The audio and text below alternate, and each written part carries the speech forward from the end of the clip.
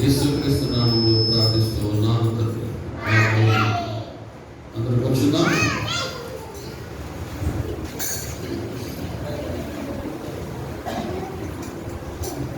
పిల్లలు కూడా లేచగలదు. ఎవరైనా లేచి తిరిగితే వాళ్ళు దయచేసి నా స్కేల్గా అప్పగించండి.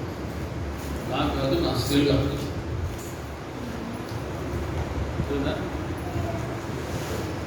నిలువు బిడ్డ కొద్ది నిమిషాల పాటు మనం కూడా దేవుని వాక్యాన్ని చాలా జాగ్రత్తగా శ్రద్ధగా ఆలోచించుదాం. ఆయన మాట కొరకు ఎదురు చూసేవారు ధన్యులు. ఆయన మాట కొరకు ఎవరైతే ఎదురు చూస్తూ ఉంటారో ఆ మాట వాళ్ళ జీవితంలో కార్యం కలిగిస్తాము. ఎదురు బిడ్డగా చూడండి, మత్తయి సువార్తలో 8వ అధ్యాయం, మత్తయి సువార్త 8వ అధ్యాయం 5 నుంచి 9 వరకు మనం చదువుకున్నాం. ఆయన కపెర్నహూములో ప్రవేశించినప్పుడు ఒక శతాధిపతి ఆయన దగ్గరకు వచ్చి, ప్రభువా, నా దాసుడు పక్షవాయువుతో మిగిలిన బాధపడుచు ఇంటిలో పడి ఉన్నాడని చెప్పి ఆయన వేడుకొనెను. యేసు, నేను వచ్చి వారిని స్వస్థపరచెదనని అతనితో చెప్పగా, ఆ శతాధిపతి, ప్రభువా, నీవు నా ఇంటిలోకి వచ్చుటకు నేను పాత్రుడు కాను. నీవు మాట మాత్రం సెలవిమ్ము, అప్పుడు నా దాసుడు స్వస్థపరచబడు. నేను కూడా అధికారంలో లోబడిన వాడు, నా చేతి క్రింద రారువ వారు ఉన్నారు. నేను ఒకరికి పొమ్మంటే పోను, ఒకరిని రమ్మంటే వచ్చును. నా దాసుడు ఈ పని చేయమంటే చేయను అని ఉత్తరం ఇచ్చాను. చాలా జాగ్రత్తగా వినాలి. దేవుడి వాక్యమును ఎన్నిసార్లు మనం విన్నా అది మన జీవితాలు కొత్తగా ఉంటుంది, రుచికరంగా ఉంటుంది. మన జీవితాలను అది ఎంతైనా ఆదరిస్తూ బలపరుస్తూ ఉంటుంది దేవుడి వాక్యం. దేవుడి బిడ్డ ఇక్కడ మనం చూస్తూ ఉన్నాం. ఒక శతాధిపతి యేసు ప్రభు దగ్గరకు వచ్చి,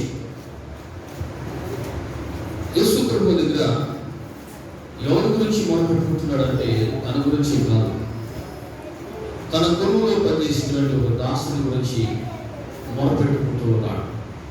నా దాసుడు పక్షవాయువుతో మిగులు బాధపడుచున్నాడయ్యా. నా దాసుడు పక్షవాయువుతో మిగులు బాధపడుచు ఇంటిలో పడి ఉన్నాడు.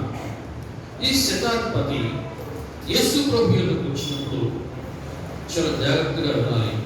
తన కోసం కదా, తన కొలువులో పనిచేసిన దాసుడు పడి ఉన్న స్థితిని చూచి యేసు ప్రభు యొద్దకు వచ్చి, అయ్యా, నా దాసుడు ఇంటిలో పడి ఉన్నాడు, నా దాసుడు పక్షవాయువుతో బాధపడుతున్నాడు, నా దాసుడు పక్షవాయువుతో బాధపడుతున్నాడు, ఇంటిలో పడి ఉన్నాడు అని చెప్పి ఆయనను వేడుకొనెను.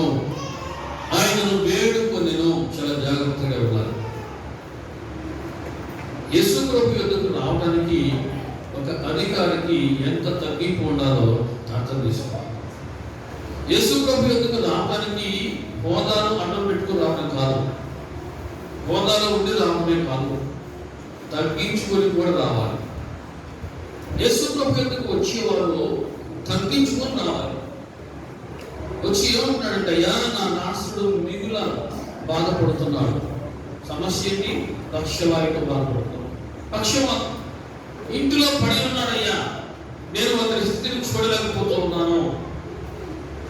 పెట్టారా అంటే ఆ దాసుని కొరకు ఈ శతాధిపతి అడుగుతూ ఉన్నాడంటే ఆ దాసుడు కూడా ఎంతటి నమ్మకస్తుడో అర్థం చేసుకోవాలి.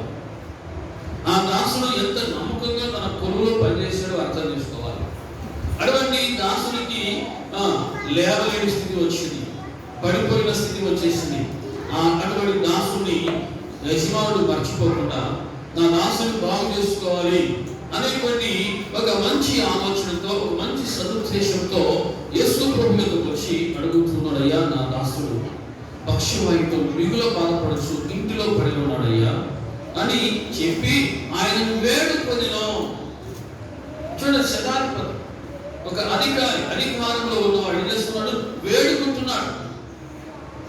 హోదాను అడ్డం పెట్టుకోవడం కాదు, హోదాలో ఉండి రావడమే కాదు, కానీ హోదాను కూడా తగ్గించుకొని, అధికారం కూడా తగ్గించుకొని ఒక సాధారణమైన మనిషిగా ఆయన ముందుకు రావాలి. అలా వచ్చాడు, వేడుకొనెను. సహజంగా ఎందుకు వెళ్ళి ప్రజలందరూ వేడుకోవాలి, కానీ ఇతను యేసు ప్రభు ఎందుకు వచ్చి వేడుకుంటున్నాడు? అయ్యా నా దాసుడు బాగు చేయి అంటే ఆయన ఎందుకు వచ్చేవారు ఎంతైనా తగ్గించుకోవాల్సింది. యెరూషలేం దేవాలయం పేరు అందులో ఉంటుంది. ఇప్పటికీ కూడా మన భారతదేశం నుంచి యాత్రకు వెళ్తూ ఉంటారు. ఆ దేవాలయం లోపలికి వెళ్ళాలంటే ఎవరైనా సరే ఆ దేవాలయం ఎంట్రన్స్ తలుపు దగ్గర ద్వారం ఉంటుంది కదా, అది ఎత్తు తక్కువ ఉంటుందంట. ఎవరైనా లోపలికి రావాలంటే వంగి లోపలికి రావాలి. హల్లెలూయా. ఎవరైనా సరే ఆయన ఎందుకు వచ్చేవారు ఖచ్చితంగా తాము తగ్గించుకొని, హోదాను పక్కన పెట్టి, అధికారం పక్కన పెట్టి దీనులుగా వస్తే ఖచ్చితంగా వారి జీవితంలో గొప్ప మేలు జరుగుతుంది, జరుగుగాక. ఆమేన్. మనమైనా సరే మన వ్యక్తిగత హోదాలు కావాల్సింది, ప్రశ్నలు కావాల్సిన పిల్లలు మనము ఆయన ముందుకు వెళుతూ ఉన్నాము అంటే ఖచ్చితంగా మనలో తగ్గించుకొని మనం ఏది అనుకున్నామో అది పొందుకోవాలి. ఆ విధంగా వెళ్ళి వేడుకోవాలి. ఆ విధంగా వేడుకున్నారు. యేసు ప్రభువు ఆయన వేడుకోవడం చూశాడు. 7వ వచనం మనం చూస్తున్నాం. ఆయన వేడుకలు యేసు ఏమంటున్నాడు? నేను వచ్చి వారిని స్వస్థపరచెదను. హల్లెలూయా. నేను వచ్చి వారిని స్వస్థపరచెదను అంటే వేడుకుంటే వారికి మొదటిగా కలిగేటువంటిది ఏంటి? వాగ్దానం. వేడుకోవాలి, ఆయన మొరపెట్టుకోవాలి. నేను వచ్చి వారిని స్వస్థపరుస్తాను అని మాట ఇచ్చాడు. అలా చెప్పండి, మాట ఇచ్చినవాడు నమ్మదగినవాడు, మాట తప్పడు. ఆయన మాట కోసం ఎదురు చూశాడు, ఆయన మాట కొరకు ఆశతో ఎదురు చూశాడు. మనం చూస్తున్నాం, నేను వచ్చి వారిని స్వస్థపరచెదను. యేసు ప్రభువారు నరవతారిగా ఈ లోకంలో ఉన్నప్పుడు ఆయన చేసిన అద్భుతాలు, ఆయన చేసిన ఆశ్చర్య కార్యములు, ఆయన చేసిన సూచక్రియలు ఈనాడు ప్రపంచం అంతా పనిచేస్తూ ఉన్నాయి. చెప్పండి, ఈనాడు క్రైస్తవులకు ఉన్నటువంటి గొప్ప విశ్వాసం అదే. ఈనాడు క్రైస్తవులకు ఉన్న గొప్ప ధైర్యం కూడా అదే. ఏ సమస్య వచ్చినా, ఏ అవసరం వచ్చినా నన్ను కలిగిన వాడు, నన్ను ఏర్పరచుకున్నవాడు నాతో ఉన్నాడు అనేటువంటి ధైర్యం, ఒక భరోసా దేవుని బిడ్డలకు ఉంటుంది. ఆ ధైర్యమే క్రైస్తవులకు ఈనాడు బలాన్నిస్తాం. నేను వచ్చి వారిని స్వస్థపరచెదను. దేవుని బిడ్డగా ఇట్టి వాగ్దానం మన జీవితంలో మనకు అనుగ్రహించబడుగా. చాలా భయంకరమైన పరిస్థితుల మధ్యలో మనం ఉంటూ ఉన్నాం. చాలా భయంకరమైన పరిస్థితులు, చాలా భయంకరమైన తెగులు, కొత్త రోగాలు వస్తూ ఉన్నాయి. విజయవాడ ప్రాంతం నిన్న మనకు వాట్సాప్ ఒక వీడియో వచ్చింది, ఒక మెసేజ్ వచ్చింది. స్క్రబ్ ట్రైపస్ అనేటువంటి ఒక వింత జ్వరం వస్తా ఉంది, విషపు జ్వరం, వింత జ్వరం. అది ఇప్పటికీ డాక్టర్లకు అర్థం కావట్లేదంట. అన్ని టెస్టులు వేస్తే టైఫాయిడ్ కాదు, మలేరియా కాదు, డెంగ్యూ కాదు. అది ఎప్పుడు వచ్చిన టెంపరేచర్ 103, 104 ఉంటుంది, 1 నొప్పులు ఉంటుంది, ఏంటి ఈ విషయం అనేసి మళ్ళీ రకరకాల పరీక్షలు చేస్తే అప్పుడు దేవుని కొత్త నాకు ఎంత జ్వరం వస్తా ఉంది అనేసి. దేవుని బిడ్డరా, ఈనాడు భయంకరమైన పరిస్థితుల మధ్యలో మనం ఉంటూ ఉన్నాం. నిర్మాకాండంలో ఒక మాట మనం చూస్తూ ఉన్నాం. చూడండి, నిర్మాకాండంలో ఇక్కడ తండ్రి దేవుడు తన సేవకుడైనటువంటి మోషేకు తన జనాంగమైన ఇశ్రాయేలు ప్రజలకు ఇస్తున్న గొప్ప వాగ్దానం మనం చూస్తున్నాం. 15వ అధ్యాయంలో ఇక్కడ వారి జీవితంలో కొన్ని కొత్త అనుభవాలు ఎదురవుతూ ఉన్నాయి, కొత్త సమస్యలు ఎదురవుతూ ఉన్నాయి. అనుభవాలు ఎదురవుతున్నప్పుడు నేర్చుకోవాలి, సమస్యలు ఎదురవుతున్నప్పుడు సమస్యకు పరిష్కారాన్ని కనుగొనడం కోసం ప్రయత్నం చేయాలి. కానీ సమస్యల వంటి సగటు మాత్రం చేయకూడదు. సమస్యల వంటి దేవుడిని తగ్గించి మాట్లాడడం, దేవునికి విరోధంగా మాట్లాడము, ఆయన సేవకుని విరోధంగా మాట్లాడడం చేయకూడదు. నిర్మాకాండం 15వ అధ్యాయం 22 నుంచి మనం చూస్తే చదవదు. నిర్మాకాండం 15వ అధ్యాయం 22వ వచనం నుంచి మనం చదువుకుంటే అక్కడ వారికి ఒక విపత్కరమైన పరిస్థితి ఏర్పడింది. వారి ప్రయాణం చక్కగా సాఫీగా సాగిపోతుంది అనుకున్నారు. కానీ వారందరికీ దప్పిక కలిగినప్పుడు ఆ టైంలో ఒక చిన్న నీటి కుండ అక్కడ ఉన్నప్పుడు వారు చూస్తే నీళ్ళు ఉన్నాయని. అయితే ఆ నీళ్లు ఎలా ఉన్నాయంటే చేదుగా ఉన్నాయి. మారా నీళ్లు చేదువి. 3 దినములు నడిచారు. వారికి నీళ్లు దొరకలేదు. అంతలో వారు మారా చేదు అంటే చేదు అనుభవాన్ని చేరుకున్నారు. మన ఆధ్యాత్మిక జీవితంలో కావచ్చు, మన కుటుంబ జీవితంలో కావచ్చు, కొన్ని సమస్యల్లో కొన్ని పరిస్థితుల మధ్యలో మనం వెళ్తూ ఉన్నప్పుడు ఆ చేదైన అనుభవాలకు మనం ప్రవేశిస్తూ ఉంటాం. తీపి అనుభవాలు వేరు, చేదు అనుభవాలు వేరు. కొన్నిసార్లు మనకు తెలియకుండానే చేదు అనుభవాలకు వెళ్తూ ఉంటాం. చేదు అనుభవాలకు వెళ్ళినప్పుడు మనకి ఎదుకోవాలో, ఏం చేయాలి, ఎందుకు జరిగింది, ఎందుకు ఇలా అనేసి రకరకాలుగా ఆలోచన వస్తూ ఉంటాయి, గుర్తు తెలుస్తూ ఉంటాం. బయట మనం చూస్తున్న మారా నీళ్ళు చేదై కనుక వారు ఆ నీళ్ళు త్రాగలేకపోయి, నీళ్ళు కంటి ముందు ఉన్నాయి కానీ నీళ్ళు త్రాగలేకపోయారు. కానివ్వండి, నీళ్ళు చేదుగా ఉన్నాయి. ఆ టైంలో ఇశ్రాయేలు ప్రజలు దేవుని సేవకునికి విరోధంగా మాట్లాడుతూ ఉన్నారు, సరుగుతూ ఉన్నారు. సరే, దేవుడు వారికి ఒక మార్గం చూపించాడు. దేవుని బిడ్డ చేదు అనుభవంలోకి వెళితే, లేకపోతే ఒక విషపు గడిలోకి వెళితే, ఒక శోధన గడిలోకి వెళితే వీళ్ళు ఏం చేయాలి? మనం ఏం చేయాలి చెప్పండి? ఏం చేయాలి? మీరు ఏం చేస్తున్నారంటే 24వ వచనంలో మేమేమి త్రాగుతున్న మోషే మీద సరుగుతూ ఉన్నారు. ప్రార్థన చేయాల్సిన దానికి బదులుగా సరుగుతూ ఉండేచ్చారు.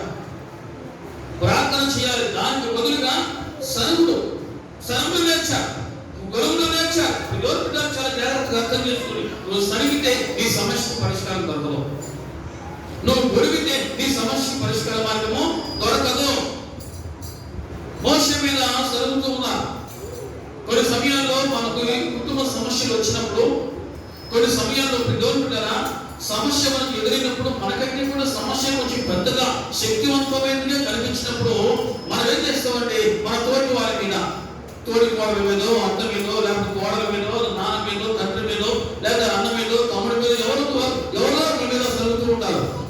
సరుగుతూ ఉంటే సమస్య పరిష్కారం కాదు, గుర్తుపెట్టుకోండి. సరుగుడికి పరిష్కారము ఏంటిది?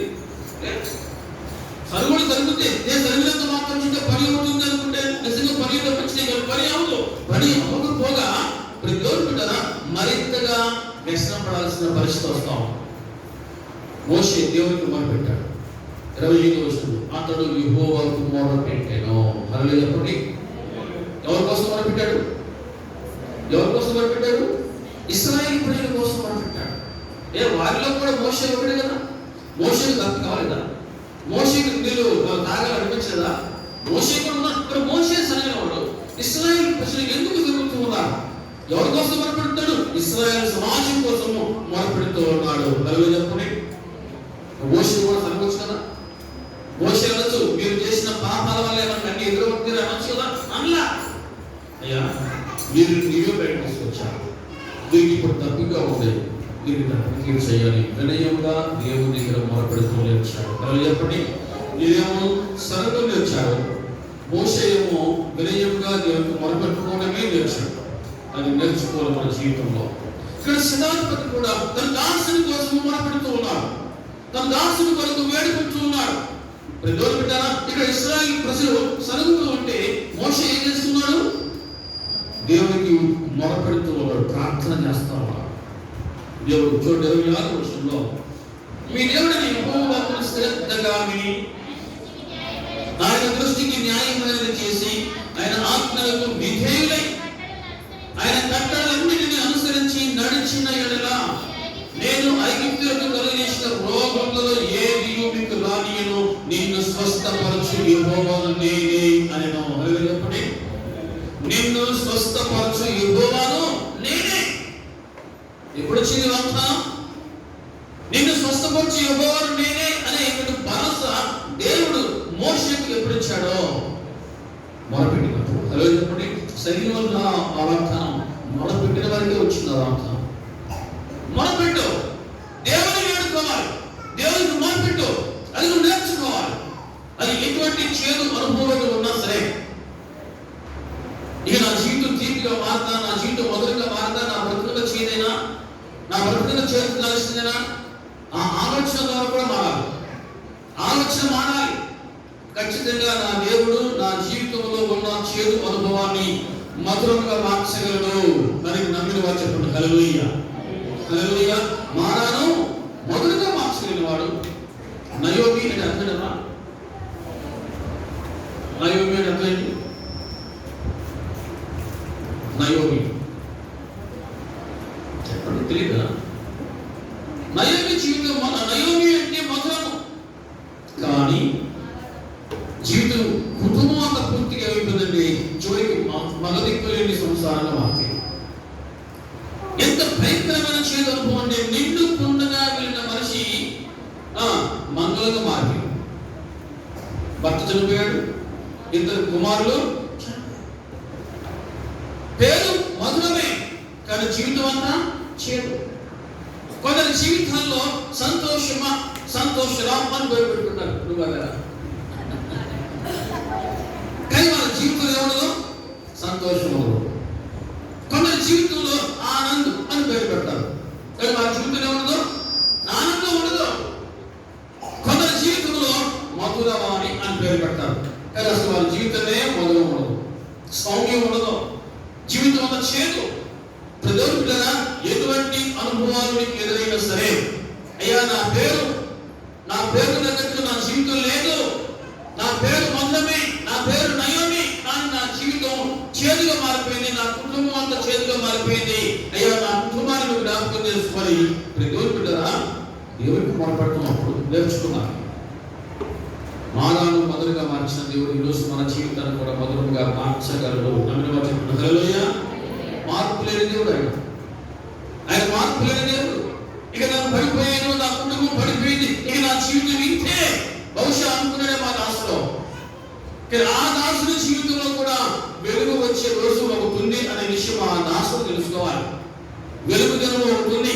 నా జీవితంలో కూడా నేను ఒక రోజు ఖచ్చితంగా తప్పనిసరిగా వెలుగు చూస్తాను, నా కుటుంబంలో వెలుగు చూస్తాను, ఆరిపోయిన నా దీపము మరలా వెలిగించబడింది అనేటువంటి నమ్మకం, విశ్వాసంతో ఉండాలి. ఖచ్చితంగా నీ ఆశ భంగం కాదు. హల్లెలూయా చెప్పండి. మన ఆశ భంగం కాదు, ఖచ్చితంగా ఆ రోజు ఖచ్చితంగా వస్తుంది. ఆ రోజు ఖచ్చితంగా వస్తుంది. అయితే సంఘంలో ప్రార్థన చేయడం మానకూడదు. బాగా చేదు అనుభవించి మీరేం చేశారంటే, అంతవరకు మా దేవుడు గొప్పవాడు, హల్లెలూయా స్తుతి మహిమ అన్నవాళ్ళు సరుగుతూ ఉన్నారు. 24 రోజులు సరుగుతూ ఉన్నారు. దేవుడు మోషే ప్రార్థన చేస్తున్నాడు. మోషే ప్రార్థన చేశాడు. ఇశ్రాయేలు ప్రజలు సరుగుతూ ఉన్నారు. మోషే కూడా వారిలో ఉన్నవాడి, కానీ వారికి మోషేకున్న తేడా ఏంటంటే, ప్రతి సమస్యకు కూడా మోషే పరిష్కార మార్గాన్ని ఏ విధంగా తెలుసుకోవాలో అది నేర్చుకున్నాడు. ఆ సమస్యకు పరిష్కారం ఏంటి? ప్రార్థన చేస్తే ఖచ్చితంగా నా దేవుడు దాన్ని చూపిస్తాడు. ప్రార్థన చేస్తే ఖచ్చితంగా నా దేవుడు మార్గాన్ని స్థిరం చేస్తాడు. నమ్మాడు. ఆ విధంగా మొదలుపెట్టాడు. దేవుడు వాగ్దానం ఇచ్చాడు, నిన్ను స్వస్థపరచు యెహోవాను నేనే. చెప్పండి, నిన్ను స్వస్థపరచు యెహోవాను నేనే. నీ జీవితంలో ఉన్న ఆ చేతులు మధురంగా నేను మార్చగలను. జీవితంలో అయ్యా ఇన్ని సమస్యలు పేరుకుపోతూ ఉన్నాయి, నా శక్తికి మించి ఉన్నాయి, ఏం చేయాలని అర్థం కావట్లేదు నాయన అని బాధపడి ఎంతో మంది ఉండవచ్చు. ఆయన అంటున్నాడు, నాకు అసాధ్యమైనది ఏదైనా ఉందా?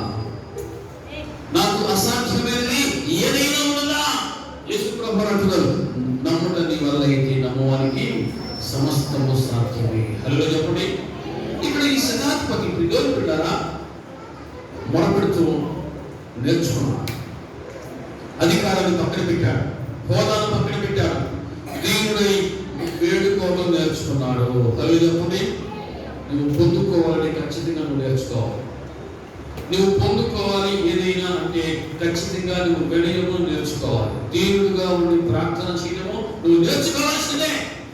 వాక్యం సెలవిస్తుంది, వేడుకున్నప్పుడు యేసు ప్రభువును నేను వచ్చి వారిని స్వస్థపరచెదను. హల్లెలూయా. అంటే యేసు ప్రభువుకి నేను వచ్చి వారిని స్వస్థపరుస్తాను అనేటువంటి ఒక చక్కటి మాట వచ్చింది అంటే వినండి, అతను ఎంతగా వేడుకున్నాడు, ఎంతగా తీరుగా ఉన్నాడు, ఎంతగా దేవుడికి ప్రార్థన చేస్తాడు అర్థం చేసుకున్నాడు. వేడుకున్నాడు, నేను వచ్చి వారిని స్వస్థపరుస్తాను. మరలా ఆ శతాధిపతి ఒక అడుగు ముందుకు వేశాడు, చక్కటి మాట మాట్లాడుతున్నాడు. అయ్యా ప్రభా, నీవు నా ఇంటిలోకి వచ్చినకు నేను పాత్రుడు కానయ్యా. హల్లెలూయా. ఎంతగా తగ్గించుకున్నాడో చూడు. అధికారి, ఒక శతాధిపతి, ఒక నాయకుడిగా ఉన్న పొజిషన్లో ఉన్నవాడు, దేవుని బిడ్డల అటువంటి హోదాతనము, అటువంటి హోదాలో ఉన్న వ్యక్తి ఇప్పుడు ఏమన్నాడంటే, నీవు నా ఇంటిలోకి వచ్చినకు నేను పాత్రుడు కానయ్యా. మనం చెప్పగలం అన్నమాట, మనం అనగలం అన్నమాట. మనము దేవుని బిడ్డల ఆయనను మన ఇంట చేర్చుకోవాలంటే ఎంతైనా తగ్గించుకోవాలి. ఎంతవరకు అండి? ఎంతవరకు దేవుడు తగ్గించాలని మనం మనకి నేర్పిస్తాడో అంతగా మనము తగ్గించుకోవాల్సిందే. ఇక్కడ ఈ శతాధిపతి అంటున్నాడు, ప్రభా నీవు నా ఇంటిలోకి వచ్చుటకు నేను పాత్రుడు కాదయ్యా. అంటే వచ్చేవాడు ఎలాంటి వాడో తనకు తెలుసు. ఆయన ఎటువంటి పరిస్థితుల్లో ఎటువంటి హోదాలో ఉన్నవాడో తనకు తెలుసు. అందుకే అంటున్నాడు, అయ్యా నేనే పట్టువాడు, నా ఇంటిలోకి వచ్చుకుంటుంది పాత్రుడు కాదు. నీవు నా ఇంటిలోకి వచ్చుకుంటే నేను పాత్రుడు కాను. యేసు ప్రభువు ఈ శతాధిపతి వచ్చి ఏ విధంగా వేడుకున్నాడో, ఏ విధంగా మాట్లాడుతూ ఉన్నాడో, ఆ మనసు ఏ విధంగా ఉందో అవన్నీ చూసి ఒక మాట అన్నాడు. ఇశ్రాయేలులో చూడండి, ఇక్కడ 10వ వచనంలో ఈ మాట విని ఆశ్చర్యపడి వెంటబడుచున్న వారి గురించి, ఇశ్రాయేలులో నేను ఎవరికైనాను నేను ఇంత విశ్వాసం ఉన్నట్టు చూడలేదు. ఇంత విశ్వాసం ఉన్నట్టు అంతమంది జనసమూహం ప్రభువును వెంబడిస్తూ ఉన్నారు, కానీ అందరిలో లేనిది ఈ శతాధిపతిలో ఉంది ఏంటంటే విశ్వాసం. మీరందరేమో చూస్తూ ఉంటే ఆయన చేస్తూ ఉంటే వీళ్ళు చూస్తూ ఉన్నారంటే, కానీ ఇది వచ్చినప్పటికీ శతాధిపతిలో ఏమున్నాయంటే విశ్వాసం ఉంది. నా ప్రభు ఏదైనా చేస్తాడు, ఆయన ఏదైనా చేయగలడు. కంప్లీట్లీ పర్ఫెక్ట్లీ ఈ దేవుడి పరిపూర్ణంగా ఆయన నమ్మాడంటే, అయ్యా నీవు నా ఇంటిలోకి వచ్చుటకు నేను పాత్రుడు కాదు, నీవు మాట మాత్రం సెలవు. ఏంటంట? మాటలోనే ఉంది అసలంతా శక్తి, మాటలోనే ఉంది ఆదరణ. దేవుని బిడ్డలారా, ఆదరణకరమైన మాట మన ప్రభు మాట వస్తా ఉంది. ఈ లోకంలో ఎక్కడ కూడా దొరకదు. ఎవరు కూడా ఆ విధంగా ఆదరణకరమైన మాటలు లేకపోతే ఓదార్చే మాటలు ఈ లోకంలో ఎక్కడ దొరకవు, కనబడవు, వినబడవు. నేను అంటున్నాడు, ప్రభువా నీవు మాట మాత్రం సరే. ఏంటంటే మాట. నా దాసుడు పక్షవాయుతో మిగుల బాధపడుచున్నాడు, ఇంటిలో పడి ఉన్నాడు. ఎవరు మందు అడగాలి, ఒక మెడిసిన్ అడగాలి, ఒక టానిక్ అడగాలి, కానీ ఇక్కడ ఏమవుతున్నాడు? ఒక మాట చాలయ్యా. అది విశ్వాసం. ఈరోజు దేవుని బిడ్డలారా, నీవైనా నేనైనా మనం అందరం దేవుని సన్నిధికి వస్తూ ఉన్నాము అంటే దేనికోసం రావాలి? ఒక మాట కోసం రావాలి. ఆ ఒక్క మాట నీ జీవితంలో గొప్ప కార్యంలో జరిగించుగాక. అలా వచ్చా వెళ్ళిపోయేది కాదు, ఆ మాటను నువ్వు సొంతం చేసుకోవాలి. ఇక్కడ దేవుడు తన సేవకుని ముఖాంతరంలో నుంచి ఎంతసేపు మాట్లాడతాడో ఆ మాట్లాడినంతసేపు నీకు కావలసిన మాటలు ఏవైతే ఉన్నావో అవి ఖచ్చితంగా అవి నీకు దొరుకుతాయి. నువ్వు జాగ్రత్తగా వింటే, నువ్వు కనిపెట్టుకుంటే, నువ్వు ఎదురు చూస్తూ ఉంటే ఖచ్చితంగా ఆ మాట నీ సొంతం ఏంటి, ఆ మాటలు నువ్వు నీ మనసులో దాచిపెట్టుకోవాలి. అంతే. ఆ వాక్యము మీలో చేసి కార్యసిద్ధి కలుగచేయును. హల్లెలూయా. మాట మాత్రం సెలవు. ఆయన అన్ని రోజులు మనసులో పడి ఉన్నాడు. మందులు వాడేది కదా, ఖచ్చితంగా ఈ దాసుడు కూడా ఉన్నవాడే ఉంటాడు. ఖచ్చితంగా ఈ దాసుడు నమ్మకస్తుడే. ఖచ్చితంగా ఈ శతాధిపతి అండగా ఉన్నాడంటే అన్ని ప్రయత్నాలు చేసి ఉండవచ్చు. కానీ ఇందులో కూడా ఆ దాసుడికి విడుదల దొరకల, మనసు కూడబల్ల. ఎప్పుడైతే యేసు ప్రభు గురించి విన్నాడో ఈ శతాధిపతి, అప్పుడు శతాధిపతికి ముందు మనసు కుదరపడింది. ప్రభు యొద్దకు వెళ్తే నా దాసుడు బాగుపడతాడు. నమ్మకాన్ని కుదుర్చుకున్నాడు.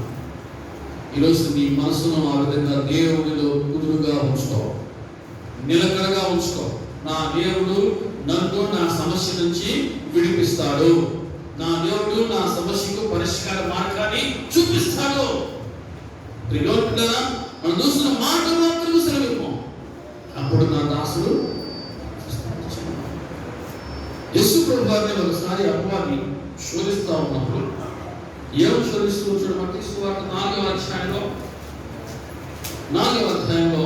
మనం చూస్తున్నాం. 2-3 వచ్చిన 40 దినములు దివారాత్రులు ఉపవాసమున్న పిమ్మట ఆయన ఆకలి ఉండగా శోధకుడు ఆయన వద్దకు వచ్చి, నీవు దేవుని కుమారుడు అయితే ఈ రాళ్ళు రొట్టెలన్నట్లు ఆజ్ఞాపించుమనెను. అందుకైనా మనుషుడు రొట్టె వలన మాత్రం కాదు గాని దేవుని నోట నుండి వచ్చు ప్రతి మాట వలన జీవించును. అని చెప్పండి. మనుషుడు రొట్టె వలన మాత్రం కాదు గాని దేవుని నోట నుండి వచ్చు ప్రతి మాట, ఆ మాట వలన జీవించును. అది నేర్చుకోవాలి. ఆ మాట వరకు మనం ఆకలి కలిగి దేవుని సన్నిధికి రావాలి. ఆ మాట వరకు ఆయన సన్నిధికి వస్తే ఖచ్చితంగా ఆ మాట మనకు దొరుకుతుంది. మనం పోషించబడతాం. మన ఆత్మ పోషించబడితే, నీ ఆత్మ సమృద్ధిగా ఉంటేనే, నీ ఆత్మ సౌఖ్యంగా ఉంటేనే నువ్వు మిగతా అన్ని విషయాలను వర్గలుతూ ఉంటావు. నీ ఆత్మ బలహీనంగా ఉంటే లోకంలో అన్ని విషయాలను వర్గలుతూ ఉన్న దేవుని లెక్కలు అదంతా కూడా జీవుడే. యేసు ప్రభు అంటున్నారు, మనుషుడు రొట్టెల మాత్రం కాదు కానీ దేవుని నోట నుండి వచ్చు ప్రతి మాట వలన జీవించను. ఆ మాట వరకు ఈ శతాధిపతి వచ్చు. అయ్యా మాట మాత్రం సెలవు. ఏమంటాడు? మాట మాత్రం సెలవు. నా దాసుడు యేసు ప్రభు అంటారు, నేను చేయకపోతే నాది కాదు, నన్ను పంపిన వారినే. ఆ మాట తండ్రి దేవుడు కుమారుడు ద్వారా మాట్లాడుతూ ఉంటాడు. కుమారుడు ద్వారా కార్యములు చేస్తూ ఉన్నాడు. ఇప్పటికీ ఆయన చేస్తూ ఉన్నాడు. హల్లెలూయా. దేవుడికి అసాధ్యమని ఏది కూడా లేదు. దేవుడికి సమస్తము సాధ్యమే. కీర్తనకారుడు 119 కీర్తనలో, మీరు దేవుని పెట్టారా? 119 కీర్తనలో కీర్తనకారుడు తన జీవితంలో నేర్చుకున్న గొప్ప అనుభవాన్ని ఇక్కడ తెలియజేస్తూ 50వ వచనంలో, నీ వాక్యము నన్ను బ్రతికించున్నది, నా బాధలో ఇది నన్ను నెమ్మది కలిగించుచున్నది. హల్లెలూయా. నీ వాక్యము నన్ను బ్రతికించి ఉన్నది. నీ వాక్యము నన్ను బ్రతికించి ఉన్నది. నా బాధలో ఇదే నాకు నెమ్మది కలిగించుచున్నది. ఏది? వాక్యం. అని వాక్యం అనేక సందర్భాల్లో మనం దేవుని సన్నిధికి వస్తూ ఉన్నామంటే, కురికిపోయిన స్థితిలో ఉన్నప్పుడు వస్తూ ఉన్నాం, దిగులుతో ఉన్నప్పుడు వస్తూ ఉంటాం, వేదంలో ఉన్నప్పుడు వస్తూ ఉంటాం, సమస్యలో ఉన్నప్పుడు వస్తూ ఉంటాం. దేవుని సన్నిధికి వచ్చిన తర్వాత దేవుడికి తెలుసు ఏ హృదయం ఎట్లా గాయపరచబడిందో, ఏ హృదయంలో ఎటువంటి గాయం ఉందో దేవుడికి తెలుసు. ఏ హృదయంలో ఎటువంటి నొప్పి బాధ ఉందో ఆయనకు తెలుసు. ఖచ్చితంగా వారికి తగినటువంటి ఆ వాక్యము మందులు ఆయన ఇస్తారు. అలాగే చెప్పండి. దాని జీవితంలో ప్రయోజకుడా దేవుని వాక్యమే అతని జీవితంలో ఒక టానిక్గా మందుగా పనిచేస్తాను. అయ్యా నీ వాక్యము నన్ను బ్రతికించి, ఆయన వాక్యమే మనం నిలబెడతా ఉంది. నా బాధలో ఇదే నాకు నెమ్మది కలిగించుచున్నది. ఎప్పుడైనా నేర్చుకున్నాను, నువ్వు బాధలో ఉన్నప్పుడు ఏం చేయాలి? బాధలో ఉన్నప్పుడు ఏం చేయాలి? వాక్యాన్ని ధ్యానించు, వాక్యమును చదువు, వాక్యమును ధ్యానించు, వాక్యమును చదువు. దేవుడు కదా, ఆ వాక్యం ద్వారా దేవుడు నాతో మాట్లాడు. నీ వాక్యము నన్ను బ్రతికించి ఉంది. దానిని కాదు, ఈరోజు నీవు కూడా ఆ మాట నువ్వు చెప్పాలి. నీ నోట అటువంటి మాట వచ్చునుగాక. అటువంటి అనుభవంలోకి నువ్వు రావాలి. నీ సొంతని, నీ సొంత బలములను ఆధారం చేసుకోవద్దు. పూర్తిగా దేవుని వాక్యమును ఆధారం చేసుకో. దావీదు తన జీవితంలో లోతైన లోయ అనుభవాలు కలిగి ఉన్నాడు. చీకటి, అంధకారము, ఆ గడియలు కలిగి ఉన్నాడు. అవన్నీ చూశాడు, అనుభవించాడు. తెలుసా, యెహోవా నా కాపరి, నాకు నేను ఏ అపాయములకు భయపడను. నీ వాక్యము నాకు నెమ్మది కలిగించుచున్నది. హల్లెలూయా చెప్పండి. నెమ్మది లేని స్థితిలో, మనసుకు నెమ్మది లేని సమయంలో దేవుని మాట మనకు అవసరం. మనసుకు గజిబిజి, ఒక రకమైన ఆశలు ఉన్నప్పుడు దేవుని మాట అవసరము. మనసులో సమాధానం లేనప్పుడు దేవుని మాట అవసరము. ఆ మాట కొరకు ఆశతో దేవుని సన్నిధికి వస్తే ఖచ్చితంగా ఆ మాట దేవుడు నీకు అనుగ్రహిస్తాడు, అనుగ్రహించునుగాక. చూడండి, 105వ కీర్తనలో ఇశ్రాయేలు ప్రజలు అరణ్యంలో ఉన్నప్పుడు వారికి వచ్చినటువంటి సమస్యను బట్టి బాధపడుతున్న ఆ సమయంలో 107వ కీర్తన మనం చూసుకొచ్చి 107వ కీర్తనలో 6వ వచనం, వారి కష్టకాలమును యెహోవాకు మొరపెట్టిరి, ఆయన వారి ఆపదలలో నుండి వారిని విడిపించెను. కష్టకాలమును యెహోవాకు మొరపెట్టిరి, ఆయన వారి ఆపదలలో నుండి వారిని విడిపించెను. ఇప్పుడు 19వ వచనం, కష్టకాలమును వారి యెహోవాకు మొరపెట్టిరి, ఆయన వారి ఆపదలలో నుండి వారిని విడిపించెను. ఆయన తన వాక్కును పంపి వారిని బాగు చేసెను. హల్లెలూయా. ఆయన తన వాక్కును పంపి, అంటే ఆ వాక్కులో ఏముంది? ఆ మాటలో ఏముంది? స్వస్థత ఉంది, ఆ మాటలో విడుదల ఉంది, ఆ మాటలో విమోచన ఉంది, ఆ మాటలో రక్షణ ఉంది. ప్రియులారా, వారు మొరపెట్టినప్పుడు దేవుడు చేశాడు, తన వాక్కును పంపి వారిని బాగు చేసెను. ఏం పంపించాడ? వాక్యము. ఆ వాక్యము శరీరధారి అయి కృపా సత్య సంపూర్ణంగా మన మధ్య నివసించెను. ఆయన తన వాక్కును పంపి వారిని బాగు చేసెను. ఏం పంపించాడ? తన వాక్కును పంపి. ఆ వాక్యము యేసుప్రభు. ఆ వాక్యము కృపా సత్య సంపూర్ణంగా మన మధ్య నివసించెను. ఆ వాక్యము మన మధ్య పనిచేస్తూ ఉంది. ఆ వాక్యము మన హృదయంలో నింపబడునుగాక. ఆమేన్. ఆ వాక్కు వారిని బాగు చేసెను. ఇప్పుడు ప్రభు వారిని ఈ శతాధిపతి అంటాడు, అయ్యా నువ్వు మాట మాత్రము సర్వము, నువ్వు మాట మాత్రము సర్వము, నా దాసుడు. ఈరోజు ఎటువంటి సమస్యలు దేవుని సన్నిధికి వచ్చావు, అడుగు, అయ్యా నువ్వు మాట మాత్రం సెలవిస్తే నా సమస్యలన్నిటికీ పరిష్కారం దొరుకుతుంది. నువ్వు మాట మాత్రం సెలవిస్తే నా సమస్యలన్నిటికీ పరిష్కారం దొరికిందయ్యా. నువ్వు మాట మాత్రం సెలవిస్తే నేను నా సమస్యలన్నిటినీ అధిగమించగలుగుతాను. నువ్వు మాట అనుగ్రహించినప్పుడు ఆ ఒక్క మాట కోసమే, ఆ మాట మీద ఆశతో నీ సన్నిధికి. చూడండి, కీర్తనకారుడు 130వ కీర్తనలో దావీదు భక్తుడు దేవుని దగ్గరికి ఎన్ని విధాలుగా పట్టుబడుతూ ఉన్నాడో మనం చూస్తూ ఉన్నాం. 130వ కీర్తన 5వ వచనం, యెహోవా కొరకు నేను కనిపెట్టుకొనుచున్నాను, నా ప్రాణము ఆయన కొరకు కనిపెట్టుకొనుచున్నది, ఆయన మాట మీద నేను ఆశ పెట్టుకుని ఉన్నాను. 130వ కీర్తన 5వ వచనం, ఆయన మాట మీద నేను ఆశ పెట్టుకుని ఉన్నాను. తెలుసు, మనం అందరం దేవుని సన్నిధికి ఎందుకు వచ్చాం? ఏ ఆశతో వచ్చాం? ఆయన మాట మీద ఆశ. నా నోరు ఖచ్చితంగా నన్ను విడిపిస్తాడు, నా నోరు ఖచ్చితంగా నన్ను జయిస్తాడు, నా నోరు ఖచ్చితంగా నన్ను పైకెక్కిస్తాడు, పైకి లేపుతాడు, నన్ను ఆదరిస్తాడు, ఖచ్చితంగా నన్ను ఉద్ధరిస్తాడు. ఆయన మాట మీద నేను ఆశతో వచ్చాను, ఆయన మాట మీద నేను ఆశ పెట్టుకుని ఉన్నాను. ఆయన మాట ఎటువంటి మాట? మహత్తు గల మాట, మహత్యమును జరిగించిన మాట. ఓ ఆకాశమా, ఓ భూమి మీరు కలుగులుగా అంటే ఆ ప్రకారంగా కలిగి కేవలం మాటకు అటువంటి మాట విడుదల చేసే గొప్ప దేవుడు కదా. అటువంటి మాట కోసము మనము ఆశ పెట్టుకొని ఆయన సన్నిధికి వస్తే ఖచ్చితంగా అది మన జీవితంలో మనం పొందుకుంటాం. హలో చెప్పండి. ఆ మాటే మనకు శ్వాస, ఆ మాటే మనకు ధ్యాస. ఆ మాట మీద మనం ఆశ పెట్టుకుంటే, ఖచ్చితంగా ఆ మాట మీద మనము ఆధారపడితే మన జీవితంలో ఎటువంటి మార్పులు జరుగుతాయి మనం చూస్తాం. నిలబడి సాక్ష్యం ఇస్తారు. దేవా, నేను ఈరోజు నీ సన్నిధికి వస్తూ ఉన్నా, నాకు కావలసిన మాట నాకు దయచేయి, నాకు కావలసిన మాట నాకు దయచేయి. నా స్థితి నీకు తెలుసు, నా పరిస్థితి నీకు తెలుసు, నా కుటుంబంలో ఎటువంటి సమస్యలు నీకు తెలుస్తున్నాయినా నాకు సహాయం చేయి. దావీదు కదా మనం చూస్తున్న 130వ కీర్తనలో, యెహోవా కొరకు నేను కనిపెట్టుకొనుచున్నాను, నా ప్రాణము ఆయన కొరకు కనిపెట్టుకొనుచున్నది, ఆయన మాట మీద నేను ఆశ. 119వ కీర్తన 74 విషయంలో కూడా 119:74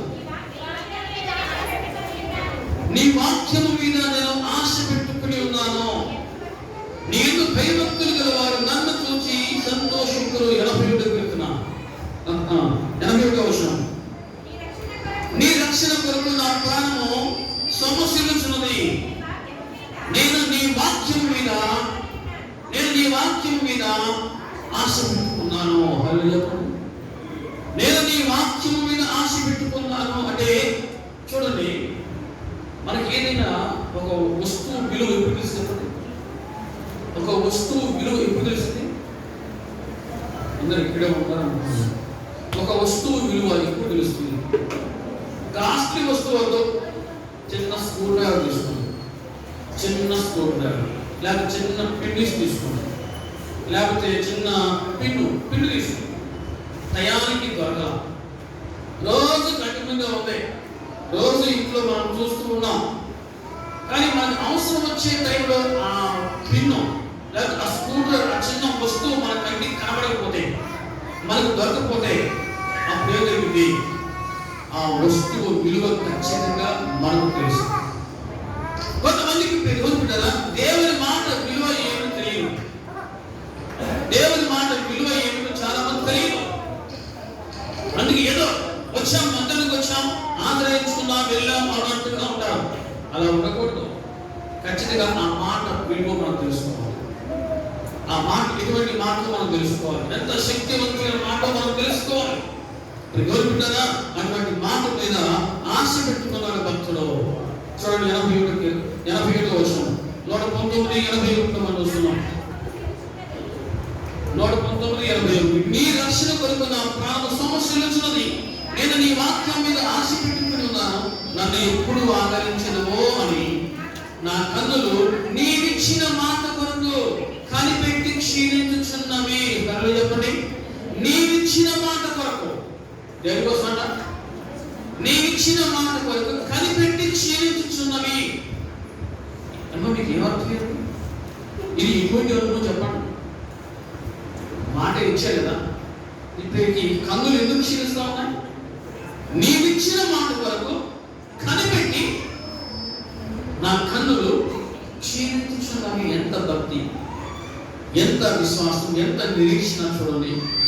ఎంతగా ఆ మాట కొరకు ఎదురు చూస్తూ ఉన్నాడు. చూడయ్యా, నీవిచ్చిన మాట కొరకు కనిపెట్టి నా కన్నులు క్షీణించుచున్నవయ్యా, నీ మాట కోసం నేను చూస్తున్నాను అని ఇప్పుడు నెరవేరుస్తావు. ఆ మాట నెరవేర్పు కోసం నేను ఎదురు చూస్తూ ఉన్నానయ్యా. ఎదురు చూపులో ఉన్న ఆనందం ఎదురు చూసే వరకే అర్థమైంది, అందరికీ అర్థం కాదు. అందులో పొందుకునే ఆ నూతన ఫలమేంటో అని పొందుకునే వారికి అర్థమైంది, అందరికీ అర్థం కాదు. నీవిచ్చిన మాట కోసము నా కన్నులు కనిపెట్టి క్షీణించుచున్నవి. దేనికోసం? మాట కోసం. ఒక్క మాట, అయ్యా ఒక్క మాట చాలే నా జీవితం ఒక బల్బు తిప్పింది. ఒక్క మాట, నువ్వు ఇచ్చే మాట సాయం చాలు. నువ్వు ఇచ్చే మాట, నువ్వు ఇచ్చే వాగ్దానము నా జీవితంలో నెరవేర్చాలయ్యా. నెరవేరే వరకు విశ్వాసం కావాలి, ఎదురు చూడాలి, నిరీక్షణ అవసరం. ఇక్కడ దావీదు భక్తుడే ఉన్నాడు, నన్ను ఎప్పుడు ఆదరించదువో అని నా కన్నులు నీవు ఇచ్చిన మాట కొరకు కనిపెట్టి క్షీణించుచున్నవి. అంటే ఆరోగ్య మాట ఇచ్చాడు, ఇప్పుడు దేని కోసం వస్తున్నాడు? నెరవేర్పు కోసం. తల్లి చెప్పండి, నెరవేర్పు కొరకు, నెరవేర్పు కొరకు నా కన్నులు కనిపెట్టి క్షీణించుచున్నవి. ఎవరితో అవుతుంది ఆ మాట? ఎటువంటి చూద్దాం. 105వ వచనం, 119, 105. నీ వాక్యము నా పాదములకు దీపము, నా త్రోవకు వెలుగునై ఉన్నది. ఆ మాట ఎటువంటిదంట? నా పాదాలకు దీపముగా ఉందయ్యా, నా త్రోవకు వెలుగుగా ఉంది. ఆ మాట నాకు కావాలి, అది నా సొంతం అవ్వాలయ్యా. నా హృదయంలో ఆ మాట కుమ్మరించబడాలి. ఎప్పుడు నెరవేరుస్తావా అని నేను ఎదురు చూస్తున్నాను కదా. నీ మాట మీద ఆశ పెట్టుకున్నానయ్యా, నీ వాక్యం మీద ఆశ పెట్టుకున్నానయ్యా. దేవుడు కదా, ఒకసారి దేవుడు మాట ఇచ్చాడు అంటే ఖచ్చితంగా ఆ మాట మాట ఇచ్చి ఆ మాటను మర్చిపోయేవాడు కాదు. ఒకసారి మాట ఇచ్చాడు అంటే, ఒకసారి దేవుడు మనతో మాట్లాడడం అంటే మన తరతరాలు ఆ మాట నిలిచి ఉంటుంది. చెప్పండి, అబ్రహాము మాట ఇచ్చాడు, నీ ద్వారా భూమి మీద సమస్త వంశములు దీవించబడతాయి. ఖచ్చితంగా అబ్రహాము ఇచ్చిన మాటను బట్టి ఆనాటి నుంచి ఈనాటి వరకు ప్రపంచం అంతా కూడా దీవించబడుతూనే ఉంది. ప్రైజ్ ది లార్డ్, హల్లెలూయా. ఆ మాట ఎటువంటిదంటే మనం చూస్తున్నాం, నా పాదములకు దీపము, నా ఇంటికి దీపం, నా జీవితానికి దీపం. నీ మాట నా ఇంట్లో ఉంది అంటే నా ఇంటికి ఇప్పుడు కూడా వెలుగుతూ ఉంటుందయ్యా. నీ వాక్యం నా ఇంటిలో ఉండాలి, నీ వాక్యం నా ఇంటిలో ప్రవహిస్తూ ఉండాలి. నీ వాక్యం నది వలె, ఆయన మాట ఎటువంటిదన్నా నది వలె ఉంటుంది, నది వలె ప్రవహిస్తూ ఉంటుంది. ఆ నది ప్రక్కన ఏ చెట్టు ఉంటుందో ఆ చెట్టు 3 కాలాలు ఫలిస్తూ ఉంటుంది. అలాగే చెప్పండి, దేవుని బిడ్డలు, ఈ లోకంలో చెట్లు ఆయా కాలాలు బట్టి కాలాలు తగ్గట్టుగా అవి ఫలిస్తూ ఉంటాయి.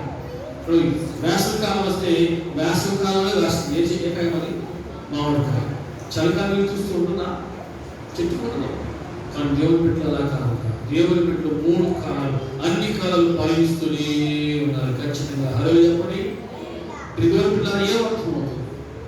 ఆ మాట ఎటువంటిదో మీరు జ్ఞాపకం చేస్తున్నారు. చూడండి, యెషయా గ్రంథంలో, యెషయా గ్రంథము దేవుని బిడ్డలారా, దేవుడు తన సేవకుడైనటువంటి యెషయా ప్రవక్తతో మాట్లాడుతూ, ఆ ఇశ్రాయేలు సమాజంతో మాట్లాడుతూ ఇక్కడ మరొక విషయం తెలియజేస్తూ ఉన్నాడు. చూడండి, 17 చూద్దాం. నీ విమోచకుడు 48:17, నీ విమోచకుడును ఇశ్రాయేలు పరిశుద్ధ దేవుడైన యెహోవా ఎలాగో సెలవిచ్చుచున్నాడు, నీకు ప్రయోజనం కలుగునట్లు నీ దేవుడైన యెహోవాకు నేనే నీకు ఉపదేశం చేయుదును, నేనే నీకు ఉపదేశం చేయుదును, నీవు నడవవలసిన త్రోవను నిన్ను నడిపించుదును, నీవు నా ఆజ్ఞలను ఆలకింపవలని నేనెంతో కోరుచున్నాను. ఆలకించిన యెడల నీ క్షేమము నలివెను, నీ నీటి సముద్ర తరంగములో ఉండును. అర్థమవుతుంది మీకు? హల్లెలూయా చెప్పండి. అదే విధంగా ద్వితీయోపదేశకాండం కూడా చూస్తున్నాం. 32వ అధ్యాయంలో, ద్వితీయోపదేశకాండము 32వ అధ్యాయంలో దేవుని యొక్క మాట ఎలా ఉంటుందో, నా ఉపదేశము 2వ వచనం 32:2, నా ఉపదేశము వానవలె కురియును, నా వాక్యము మంచు వలెను, లేత గడ్డి మీద పడు చినుకుల వలెను, పచ్చిక మీద పడి వర్షము వలెను ఉండును. హల్లెలూయా. ఆయన మాట ఎలా ఉంటుందట? ఎలా ఉంటుంది? నా ఉపదేశము వానవలె కురియును, నా వాక్యము మంచు వలె ఉండును, లేత గడ్డి మీద పడు చినుకుల వలె ఉండును, పచ్చిక మీద పడి వర్షము వలె ఉండును. అటువంటి మాట కోసము ఎవరైతే ఆశ పెట్టుకుంటారో ఖచ్చితంగా వారు ఫలిస్తారు. ఇక్కడ శతాధిపతి ఆ మాట కోసమే అడుగుతారు, మాట మాత్రం సరిపోతావు నా దాసుడు, నువ్వు మాట మాత్రం సెలవు, నా సమస్యలన్నిటికీ పరిష్కారం జరుగుతుంది. నువ్వు మాట మాత్రం సెలవు, నా మార్గములన్నీ సరళమవుతాయి. నువ్వు మాట మాత్రం సెలవు, నా కుటుంబ సమస్యలు అన్ని తొలగిపోతాయి. నువ్వు మాట మాత్రం సెలవు, నా కుటుంబంలో ఉన్న చీకట్లన్నీ పోతాయి. నువ్వు మాట మాత్రం సెలవు, నా కుటుంబం వెలిగించబడింది అయ్యా నీ మాట కోసం నేను ఆశతో నీ సన్నిధికి వచ్చానయ్యా. ఎదురు కదా శతాధిపతికి ఉన్నంత భక్తి ఎంత గొప్పదో యేసు ప్రభువు అంటూ ఉన్నారు. ఈరోజు నీకు అటువంటి భక్తి, అటువంటి విశ్వాసం నీకు ఉందా? దేవుని మాటలు నీ చెవుని ఎన్ని పడతా ఉన్నాయి, నువ్వు ఎన్ని పట్టుకుంటూ ఉన్నావు, ఎన్ని విడిచిపెడుతూ ఉన్నావు? ఆ మాటను నువ్వు గట్టిగా పట్టుకుంటున్నావా? ఆ మాటను నువ్వు ఆధారం చేసుకుంటున్నావా?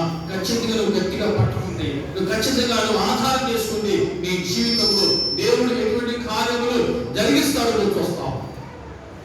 మనం చూస్తున్నాం, మాట మాత్రం సరిగ్గా నా దాసులు స్వస్థపరచడం. ఈరోజు నీకున్న సమస్య ఏంటో ఆ సమస్య, ఈరోజు నీకున్న అవసరం ఏంటో ఆ అవసరము, ఈరోజు నీకున్న శోధన ఏంటో అవన్నీ కూడా నువ్వు చేయించాలంటే నువ్వు దేవుని సన్నిధికి రావాలి సార్. అయ్యా నీ మాట మీద నేను ఆశీర్వదిస్తూ ఉన్నాను, నాకు నీ మాట కావాలి, నీ వాగ్దానం నాకు కావాలి, నీ ఇచ్చే వాగ్దానం, నీ ఇచ్చే మాట కోసం నేను ఎదురు చూస్తూ ఉన్నానయ్యా. ఎంతమంది అటువంటి మనసు కలిగి ఆయన మాట కోసము దేవుని సన్నిధికి వస్తూ ఉన్నారు, వస్తున్నాము చెప్పండి. హల్లెలూయా. ప్రియులారా, మాట మాత్రం సెలవు. ఆయన మాటలో ఉంది స్వస్థత ఉంది, ఆయన మాటలో ఉంది విడుదల ఉంది, ఆయన మాటలో ఉంది రక్షణ ఉంది, ఆయన మాటలో ఉంది వెలుగు ఉంది, ఆయన మాటలో ఉంది ఫలింపు ఉంది. ఫలిస్తా నది వలె ప్రవహిస్తూ ఉంటుంది ఆయన వాక్కు. ఆ మాటలు, ఆ వాగ్దానము ఎప్పుడు కూడా నీ నోట నా స్వారీ చేస్తూ ఉండి ఖచ్చితంగా నువ్వు ఫలిస్తావు. ఈరోజు ఏమి వాక్యం విన్నావు? చాలా మంచి వాక్యం చెప్పారు. ఈరోజు ఏ వాక్యం విన్నావు? చాలా మంచి వాక్యం చెప్పారు. చాలా మంచి వాక్యం చెప్పారు అనుకోండి. సార్ ఏం చెప్పారు? ఏదో చెప్పారులే. ఖచ్చితంగా వింటే ఖచ్చితంగా అది నీ నోటు రావాలి. దిగువ పిల్లరా, నువ్వు చెవులుకుండా ఉన్నది నోటి వారు పలకాలి, ఒప్పుకోవాలి. హలో చెప్పండి, నోటి వారు పలకాలి. ఖచ్చితంగా అది నీ జీవితంలో జరుగుతుంది, 100% అని నువ్వు నమ్మాలి. ఆయన ఎటువంటి కార్యములైనా ఆయన జరిగిస్తారు. హలో చెప్పండి. ఆయన మాట వాన వలె, మంచు వలె, ఇంకా వర్షం వలె ఉంటుంది. అటువంటి వర్షం, అటువంటి వాన, అటువంటి మంచు మన మీద దిగవచ్చు గాక. ఆమేన్. మనం చూస్తున్నాం, మాట మాత్రం సెలవు, నా దాసుడు బాగుపడతాడు. మాట మాత్రం సెలవు. ప్రియులారా, ఈరోజు నీకున్న అవసరం ఏంటో, ఈరోజు నీకున్న సమస్య ఏంటో దావీదు అంటున్నాడు, అయ్యా నీ మాట మీద నేను ఆశ పెట్టుకుని వచ్చాను. అటువంటి విశ్వాసం నీకుందా? మోకరించండి, ప్రార్థన చేసుకుందాం. మోకరించండి, ప్రార్థన చేసుకుందాం. అటువంటి విశ్వాసం నీకుందా?